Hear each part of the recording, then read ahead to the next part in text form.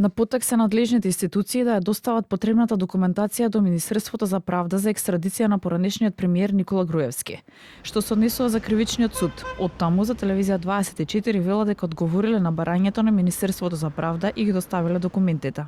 Сите документи тековно се доставени, а сега дополнително беше побарано да се извести доколку по некој од пресудите, постапките има промена која е од влијание и одговоривме по кои пресуди, односно за кои упатни акти е распишана потерница, како и за активните постапки. Пред неколку дена министерот за правда Игор Филков изјави дека од Министерството доставиле барања до надлежните институции, а сега останува надлежните институции да ги достават потребните документи.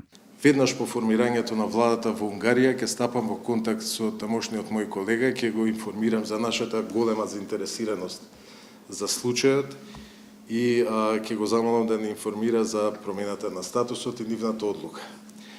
Министерството за правда упати до сите надлежни институции барања, тие се процесираат, така да кога ќе има промени ќе ви информира.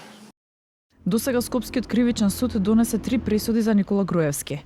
За насилство во центар, казна затвор во траење од 1 година и 6 месеци, чие извршување застарува на 10 септември 2027 година. За предметот познат како плацевина водно, затворска казна од 9 години, а извршувањето застарува на 14 февруари 2043 година. За истиот предмет е изречена и парична казна која не е наплатена.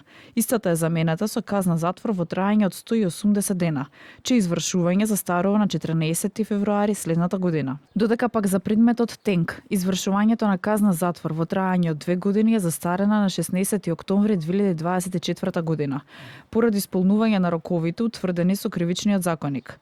За оваа пресуда Груевски е огласен за виновен за сторено кривично дело примање награда за противзаконито влијание и осуден на казна затвор во траење од 2 години, која пресуда е правосилна од 4 октомври 2018 година. Апсолутна застареност за извршување на оваа пресуда настапила на 4 октомври 2024 година.